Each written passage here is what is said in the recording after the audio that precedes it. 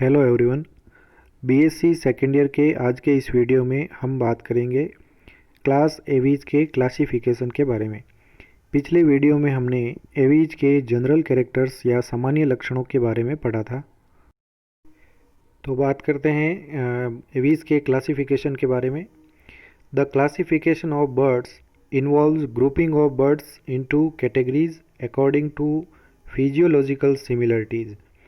इसका मतलब है कि जो बर्ड्स का क्लासिफिकेशन है और इसके अंदर जो ग्रुपिंग या समूह इनका बनाया गया है बर्ड्स का अलग अलग कैटेगरीज़ के अंदर, वो उनके फिजियोलॉजिकल सिमिलरिटी यानी उनकी आकारिकी समानताओं के आधार पर उनको अलग अलग कैटेगरीज़ में बांटा गया है।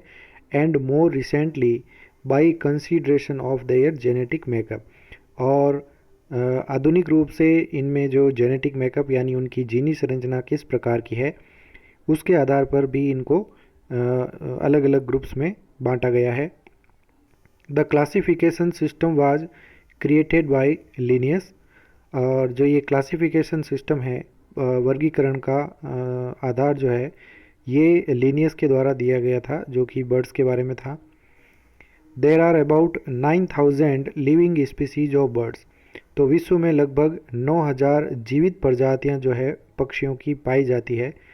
अकॉर्डिंग टू वेटमोर 1960, तो वेटमोर के अनुसार there are 34 orders of Aves, यानी कि एवीज क्लास के अंतर्गत टोटल 34 ऑर्डर रखे जाते हैं। In which 27 are living and 7 extinct orders, और इनके अंदर जो है वो 27 जो ऑर्डर है ये जीवित हैं और 7 जो ऑर्डर है इसके विलुप्त हो चुके हैं। There are only 25 to 30 orders validated by taxonomists। तो वर्गीकरण वैज्ञानिकों ने एवीज के अंतर्गत लगभग 25 से 30 ऑर्डर को ही मान्यता दी है, और इनमें से जो मुख्य ऑर्डर हम इस क्लासिफिकेशन के अंदर पढ़ेंगे। तो क्लास एवीज का जो क्लासिफिकेशन है वो इस प्रकार से किया गया है कि क्लास एवीज को 2 सब क्लास के अंतर बांटा है। पहली जो सब क्लास है इसकी ये है आर्कियोर्निथीज, और दूसरी जो इसकी सब क्लास है वो है नियोर्निथीज। अब जो ये आर्कियोर्निथीज है ये सभी जंतु लगभग पूर्णतया एक्सटिंक्ट हो चुके हैं। तो ये सभी विलुप्त प्राय जंतु हैं जो कि आर्कियोर्निथीज के अंतर्गत आते थे। दूसरी आती है सब क्लास नियोर्निथीज। नियोर्निथीज के अंदर आधुनिक पक्षी और कुछ इनके जो ऑर्डर्स है वो लगभग विलुप्त भी हो चुके हैं। तो इसके अंदर दोनों ही प्रकार के पक्षी रखे जाते हैं। नियोर्निथीज सब क्लास को 4 सुपर ऑर्डर्स के अंदर बांटा गया है। तो पहला जो इसका सुपर ऑर्डर है ये है ओडोंटोग्नेथी, और दूसरा है पेलियोग्नेथी या जिसे कहते हैं रेटिटी। तीसरा आता है इम्पेनीज, और फोर्थ आता है नियोग्नेथी या कैरिनेटी। तो ओडोंटोग्नेथी के अंदर टूथ यानी दांत वाले जितने भी बर्ड्स थे जिनकी चोंच में दांत पाए जाते थे वो इनके अंतर्गत रखे जाते थे। दूसरा आते हैं पेलियोग्नेथी या रेटिटी यानी फ्लाइटलेस बर्ड जो उड़ नहीं सकते। तीसरा आता है इम्पेनीज, इनके अंदर पेंगुइन्स को रखा जाता है। और फोर्थ आते हैं नियोग्नेथी या कैरिनेटी, जो कि जितने भी आधुनिक पक्षी हैं वो सभी नियोग्नेथी के अंतर्गत रखे जाते हैं। तो सबसे पहले जो इसकी सब क्लास आती है आर्कियोर्निथीज, जो कि कम्प्लीटली एक्सटिंक्ट यानी विलुप्त हो चुकी है। आर्कियोर्निथीज का जो नाम है ये 2 ग्रीक वर्ड से मिलके बना है। आर्कियोज का मतलब होता है एंशियंट या प्राचीन, और ऑर्निथोज का मतलब होता है बर्ड्स, यानी कि प्राचीन जो पक्षी थे उन्हें आर्कियोर्निथीज के अंतर्गत रखा, और ये जीवाश्मों के आधार पे इस सब क्लास को बनाया गया था। These are ancient and extinct bird, ये पुराने और विलुप्त प्राय पक्षी हैं। That lived about 155 million years ago in Mesozoic era. तो ये मीजोजोइक काल के अंदर लगभग आज से 155 मिलियन ईयर्स पहले जीवित थे। अब ये इम्पॉर्टेंट इसलिए है क्योंकि ये कनेक्टिंग लिंक है, यानी एक संयोजक कड़ी का कार्य करती है रेप्टाइल्स तथा बर्ड्स के साथ में। यानी इन पक्षियों के अंदर सरीसृपों के तथा पक्षियों के यानी आधुनिक पक्षी जो है दोनों के गुण इनके अंदर उपस्थित थे, इसलिए इन्हें कनेक्टिंग लिंक या संयोजक कड़ी कहा जाता था। तो ये सब क्लास के जो कैरेक्टर्स है वो हम इसमें स्टडी नहीं करेंगे, क्योंकि एक्सटिंक्ट जितने भी एनिमल है उनके बारे में हमें सिलेबस के अनुसार नहीं पढ़ना है। लेकिन इनमें जो ये इम्पोर्टेंट है एग्जाम्पल आर्कियोप्टेरिक्स का, जो कि जीवाश्म था, और ये मोस्ट इम्पॉर्टेंट है और इसी से ये पता चला कि जितने भी बर्ड्स है उनका इवोल्यूशन जो है या उनका उद्भव जो है वो रेप्टाइल्स के द्वारा हुआ था। तो आर्कियोप्टेरिक्स के अंदर रेप्टाइल्स यानी सरीसृपों के गुण भी थे और बर्ड्स के गुण भी थे, इसलिए ये ज़्यादा इम्पोर्टेंट माना जाता है। अब आती है दूसरी सब क्लास नियोर्निथीज। इसके अंदर मॉडर्न बर्ड्स और उसके साथ में एक्सटिंक्ट कुछ बर्ड्स जो है वो रखे जाते हैं। ये दो ग्रीक वर्ड से मिलके बना है। नियोज का मतलब होता है मॉडर्न और ऑर्निथोज का मतलब है बर्ड, यानी मॉडर्न या आधुनिक पक्षी जो है वो नियोर्निथीज सब क्लास के अंदर आते हैं। This subclass is of modern as well as extinct bird. तो ये जो सब क्लास है आधुनिक पक्षियों का भी है और कुछ जो विलुप्त प्राय हो चुके हैं पक्षी उनका भी ये सब क्लास है। Wings usually well developed. इनके अंदर पंख जो थे वो वेल डेवलप्ड या सुविकसित प्रकार के हैं। विद सम एक्सेप्शंस, यानी कुछ ऐसे पक्षी भी हैं जिनमें पंख वेल डेवलप्ड नहीं होते हैं, तो उनके कुछ अपवाद भी उपस्थित हैं। Vertebrae is of heterocoelous type. इनके अंदर जो कशेरुकाएँ होती है वो विषम गर्ती प्रकार की पाई जाती है। The digits of fore limbs without claws. अब इनके अंदर फोर लिम्स यानी अग्रपाद के जो डिजिट या जो अंगुलियां होती है उनमें नखर नहीं होते हैं। The metacarpals are fused with distal carpals to form carpometacarpus. अब इसके अंदर मेटाकार्पल्स जो होती है ये अब फ्यूज होकर डिस्टल कार्पल्स के साथ में यानी दूरस्थ कार्पल जो है इनके साथ में ये आपस में संगलित हो जाती है और नई जो बोन है वो बनाती है कार्पोमेटाकार्पस। ये दो बोन्स के मिलने से बनी हुई है, कार्पल्स और मेटाकार्पल्स से। द स्टर्नम हैज़ ए कील।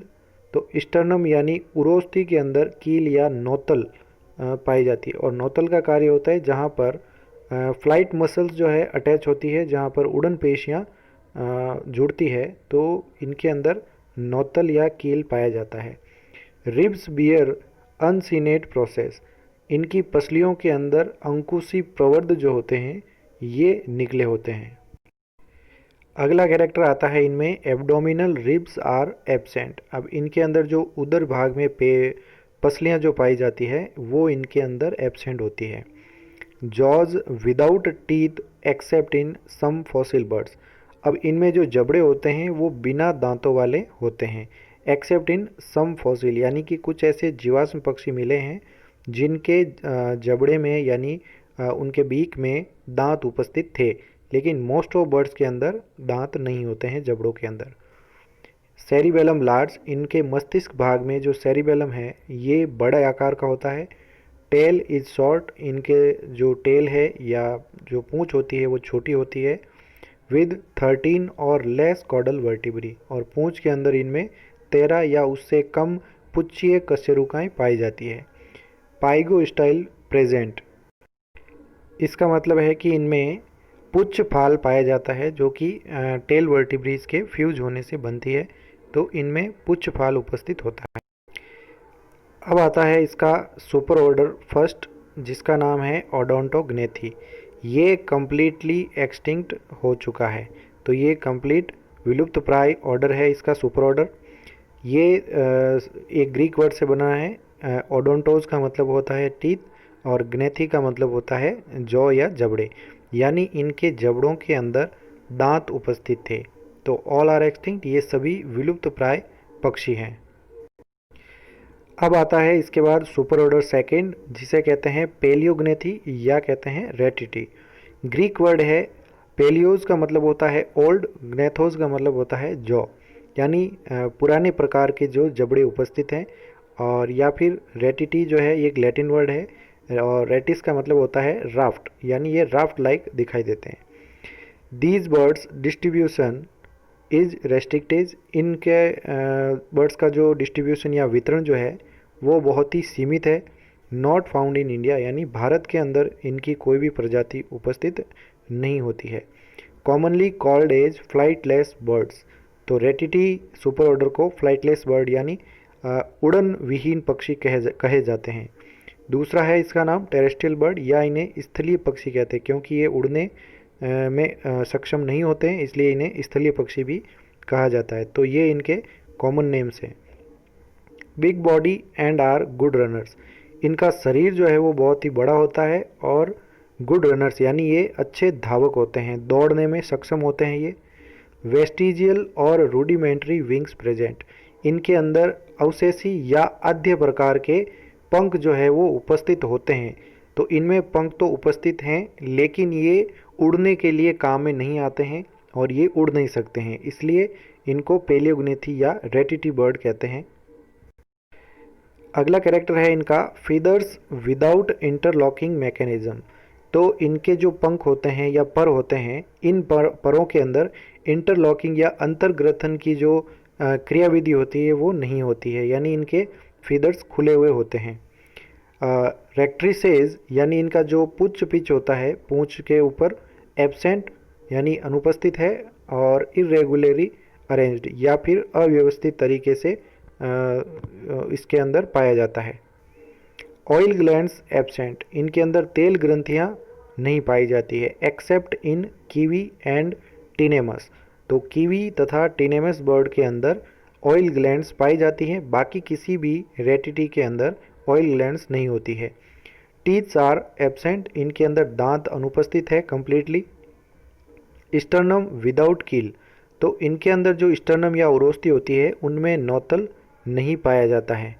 रिब्स विदाउट अनसिनेट प्रोसेस, यानी इनमें जो पसलियाँ होती है इनमें अंकुशी प्रवर्ध नहीं निकला हुआ होता है, यानी ये एब्सेंट है। अगला कैरेक्टर है इनका बोन्स आर नॉट न्यूमेटिक। इसका मतलब है कि इनमें हड्डियां जो है वातिल प्रकार की नहीं होती है क्योंकि इनकी हड्डियों में वायु भरी हुई नहीं होती है या इनमें खोखली नहीं होती है। फिर आता है इनमें सिरिंक्स, यानी जो शब्दिनी है इनमें एब्सेंट है, यानी ये जो पक्षियों में जो चहचहाट होती है वो इनके अंदर जो है वो प्रोड्यूस नहीं होती है। Pectoral muscles are poorly developed, इनमें जो पेक्टोरल मसल्स होती है यानी जो अंश पेशियाँ पाई जाती है ये इनके अंदर बहुत ही कम विकसित प्रकार की होती है। टेल वर्टिब्री फ्री, इनके अंदर जो पुच्छीय कशेरुका होती है वो स्वतंत्र होती है। पाइगो स्टाइल स्मॉल और एब्सेंट, इनके अंदर जो पुच्छ फाल होता है ये छोटा होगा या पूर्णतया इनके अंदर एब्सेंट हो सकता है। Male has a copulatory organ, तो नर के अंदर इनमें मैथुन अंग उपस्थित होता है। मेल इनक्यूबेट्स द एग्स, अब इनके अंदर जो नर होता है ये अंडों को सेने का कार्य करता है, यानी ये अंडों के ऊपर बैठता है तथा उन अंडों को मेल जो है वो इनक्यूबेट करता है, फीमेल्स इनमें नहीं करती है। यंग वंस आर प्रिकॉयस, या इन्हें कहते हैं कि काल पूर्व या अकाल पक्व। तो इनमें जो शावक होते हैं ये अकाल पक्व प्रकार के होते हैं, जिसका मतलब है कि ये समय से पहले ही परिपक्व अवस्था में आ जाते हैं। Thank you so much. अगले वीडियो में हम सुपर ऑर्डर रेटिटी के ऑर्डर्स के बारे में हम पढ़ेंगे।